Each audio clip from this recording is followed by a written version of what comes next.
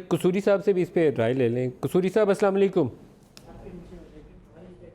وعلیکم السلام۔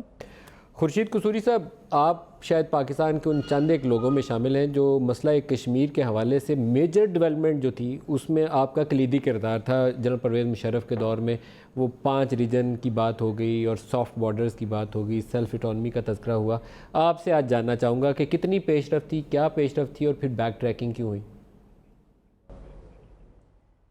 نہیں، پیش رفت تو بہت زیادہ تھی۔ میرا خیال تھا اب آج کی بات کریں گے، پیش رفت کا تو بالکل ذکر کروں گا۔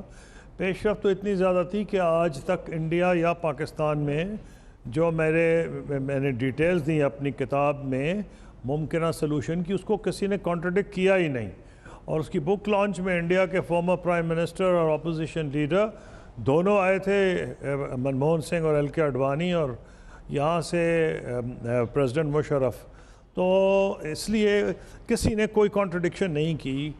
حل تو بہت ہم حل کے قریب تھے، اینڈ وہ امپورٹنٹلی یہ ہے کہ یہ پروسیس منموہن سنگھ صاحب یا کانگریس کے دور میں نہیں بلکہ بی جے پی کے دور میں شامل ہوا تھا، اور بی جے پی نے یہ سمجھ کے اس طرف آئی تھی۔ ایک بڑا مشہور مضمون لکھا تھا پرائم منسٹر واجپئی نے، کماراکوم میوزنگز، جس میں انہوں نے کہا تھا کہ ہندوستان 2 وجوہات ہیں جن کی بنیاد پر اپنا وہ مقام بین الاقوامی طور پر حاصل نہیں کر سکا جو بقول ان کے وہ اس کے قابل تھا۔ اور وہ کیا تھے؟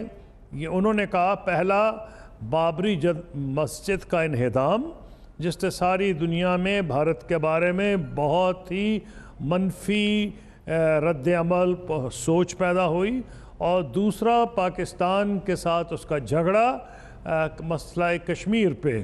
اور یہ بالکل قابل فہم بات ہے کہ اگر بھارت کا جھگڑا اس علاقے میں رہے گا تو جو واجپئی صاحب کی سوچ تھی وہ یہ تھی کہ وہ کبھی بین الاقوامی طور پر وہ رول ادا نہیں کر سکتا جو ملک اپنے خطے میں امن میں کوئی کوشاں نہ ہو، وہ بین الاقوامی طور پر کیا رول ادا کرے گا۔